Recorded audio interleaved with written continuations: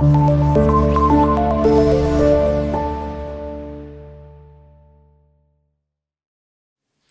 वालेकुम dear student, this is Kashim didi your physics teacher.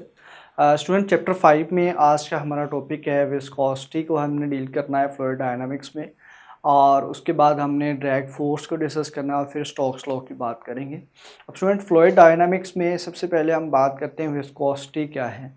अब आपको पता है कि जब कोई भी फ्लूइड है, कोई भी लिक्विड है या आप गैस की बात करते हैं, तो जब वो मूव करेगा तो उसकी डिफरेंट लेयर्स के बिटवीन क्या होगी स्टूडेंट्स, फ्रिक्शन होगी। ठीक है, जब डिफरेंट लेयर ऑफ फ्लूइड में क्या होगी, फ्रिक्शंस होगी, तो इसका मतलब मूव करने के लिए लेयर्स की मूवमेंट होगी और उसमें फ्रिक्शनल इफेक्ट भी होगा।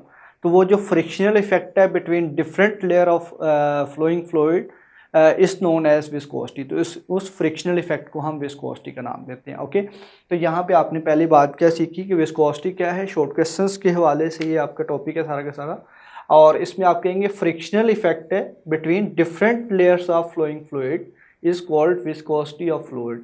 तो उस फ्लूइड की विस्कोसिटी कहलाएगी फ्रिक्शनल इफेक्ट। अब स्टूडेंट यहाँ पे है ना, ऐसे ही जब भी कोई फ्लूइड मूव करता है तो उसकी डिफरेंट लेयर्स होंगी, और डिफरेंट लेयर्स के बिटवीन जो फ्रिक्शनल इफेक्ट होगा उसको आप क्या नाम देंगे, विस्कोसिटी का नाम देंगे। और इसी की बेस के ऊपर जैसे आपने मोस्टली ऑब्जेक्ट को देखे होंगे कि कुछ जो है ना ऑब्जेक्ट हार्डली मूव करते हैं, और कुछ ऑब्जेक्ट है जो इजीली मूव कर सकते हैं। जैसे वाटर की आप एग्जांपल लेंगे तो इजीली मूव कर सकता है। आप हनी की एग्जांपल ले लें, थिक तार की एग्जांपल ले लें, तो वहाँ पे उसकी मूवमेंट स्लो है। ठीक है, तो इसका मतलब उसकी विस्कोसिटी ज़्यादा है स्टूडेंट, गाढ़ापन उसका ज़्यादा है। तो यहाँ पे आप ये कह सकते हैं कि विस्कोसिटी मेजर्स हमें क्या बताती है, viscosity how much force is required to slide, कि कितनी फोर्स रिक्वायर्ड है एक लेयर को दूसरी लेयर के ऊपर स्लाइड करने के लिए, कितनी फोर्स रिक्वायर्ड है, ये हमें विस्कोसिटी बताती है। ठीक है, और ये आपके पास है शॉर्ट एमसीक्यूज की बेस के लिए भी इंपॉर्टेंट है कि frictional effect between different layer of fluid is known as, तो आप कहेंगे विस्कोसिटी। और आप कहेंगे विस्कोसिटी किस चीज़ की मेजरमेंट है, तो आप कहेंगे इट्स अ फ्रिक्शनल फोर्स। हमें ये बताएगी कि कितनी फोर्स रिक्वायर्ड है to slide one layer of fluid over another layer. ठीक है, तो ये दो पॉइंट आपने इसके लिए याद करने हैं। अब स्टूडेंट इसको डिनोट किससे करते हैं, तो इसको ग्रीक लेटर हम यूज करते हैं जिसको हम कहेंगे ईटा। ठीक है, ग्रीक लेटर ईटा। तो ये आपके पास इसकी रिप्रेजेंटेशन है, इसको इस तरह से आप डिनोट करेंगे। और इसके लिए दो एमसीक्यूज हैं कि अगर ईटा की वैल्यू लार्जर हो, लार्जर वैल्यू ऑफ ईटा से मुराद क्या होगा कि विस्कोसिटी की वैल्यू अगर लार्जर है तो उसका मतलब क्या होगा कि flow of fluid is hard.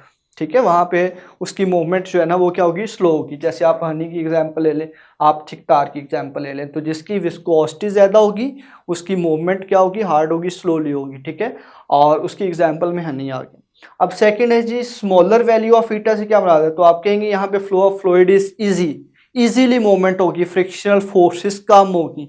जब फ्रिक्शनल फोर्सेस कम होगी तो फ्लूइड क्या करेगा, इजीली मूव कर सकता है। ओके, और दूसरा यहाँ पे आप एग्जांपल वाटर की एग्जांपल ले सकते हैं, मिल्क की एग्जांपल आप ले सकते हैं। ठीक है, तो इसके कंपैरिजन में वाटर और मिल्क के कंपैरिजन में आप देख सकते हैं हनी का फ्रिक्शनल इफेक्ट क्या होगा, ज़्यादा होगा।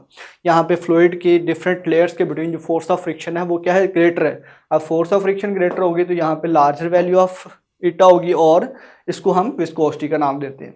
और दूसरी बात आपने याद रखनी, कोई भी फ्लूइड ऐसा नहीं है जिसके लिए विस्कोसिटी क्या हो, जीरो हो।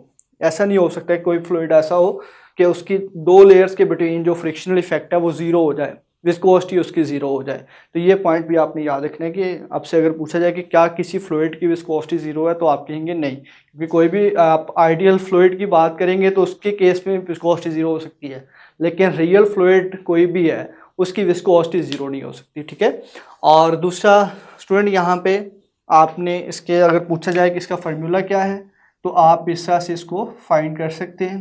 ठीक है, विस्कोसिटी फाइंड करने के लिए eta F is equal to F divide by 6 pi R into V. अब स्टूडेंट ये आपके पास फार्मूला कहाँ से आया, ये बेसिकली स्टोक्स लॉ है। ठीक है, जो अभी हम डिस्कस करेंगे कि स्टोक्स लॉ क्या है, उसी से हमने क्या किया हुआ है, बेसिकली ये फार्मूला ड्राइव किया हुआ है। और eta is equal to F हो डिवाइड बाय 6 पाई कॉन्स्टेंट है यहाँ पे। अगर हमने यूनिट की बात करनी हो तो फोर्स का यूनिट क्या होगा, न्यूटन, और फोर्स का यूनिट आपके पास न्यूटन, 6 पाई कॉन्स्टेंट है, 9 यूनिट, और रेडियस आपके पास है इसमें मीटर आ जाएगा, और आगे स्पीड है तो इसका भी क्या आ जाएगा, मीटर पर सेकेंड। अब अगर आप इसको ऊपर मूव करवाते हैं तो क्या हो जाएगा, न्यूटन सेकेंड की पावर +1 हो जाएगी और मीटर की -2 हो जाएगी। ठीक है, तो ये इसके आपके पास विस्कोसिटी के यूनिट बन जाएंगे। तो एमसीक्यूज के लिए ये भी आपने याद रखने हैं। अब स्टूडेंट विस्कोसिटी आपको समझ आ गया कि ये फ्रिक्शनल इफेक्ट है different layers of moving fluid के बिटवीन, और किसी की भी आइडियल फ्लूइड की किसी की भी विस्कोसिटी ज़ीरो नहीं होती। फिर आपने नेक्स्ट इसमें बात की है कि अगर लार्जर वैल्यू ऑफ विस्कोसिटी हो तो उसका मतलब मूवमेंट यहाँ पे स्लो होगी, हार्ड टू मूव होगा, और यहाँ पे अगर स्मॉलर वैल्यू ऑफ हीट है तो उसका मतलब दे कैन मूव इजीली। उसके बाद है जी ड्रैग फोर्स क्या है।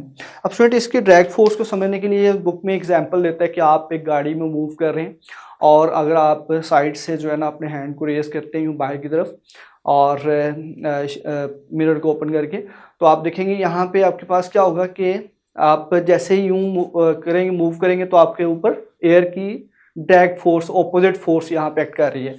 कोई भी ऑब्जेक्ट जब मूव कर रहा है, जैसे गाड़ी मूव कर रही है, तो उसके ऊपर भी इसकी स्पीड अगर यूं है तो उसके ऊपर ड्रैग फोर्स ऑपोजिट डायरेक्शन में एक्ट कर रही होगी। तो इसी तरह से यहाँ पे भी कह रहा है कि an object moving through a fluid experience a retarding force, कि जो उसके ऑपोजिट फोर्स, जब भी किसी फ्लूइड में से कोई ऑब्जेक्ट मूव करेगा, जैसे अब अगर हम ही फ्लूइड में से मूव करें तो हमारे ऊपर भी क्या लग रही है, ड्रैग फोर्स लग रही है।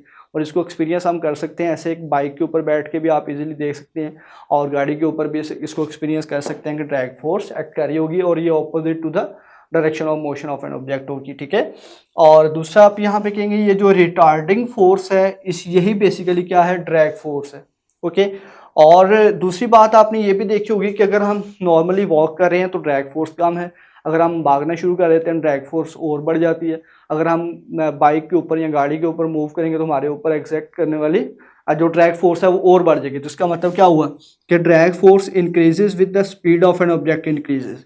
जैसे ऑब्जेक्ट की स्पीड इंक्रीज होगी, ड्रैग फोर्स, उसके ऊपर एक्ट करने वाली ड्रैग फोर्स भी क्या होगी, इंक्रीज होगी। अब नेक्स्ट है जी स्टोक्स लॉ क्या है। अब स्टूडेंट डिफरेंट ऑब्जेक्ट्स हैं जिसमें हमने गाड़ी की एग्जांपल ली, ह्यूमन की एग्जांपल ली, और इस तरह से कोई भी ऑब्जेक्ट है जो कि एयर में मूव कर सकता है या फ्लूइड में मूव कर सकता है।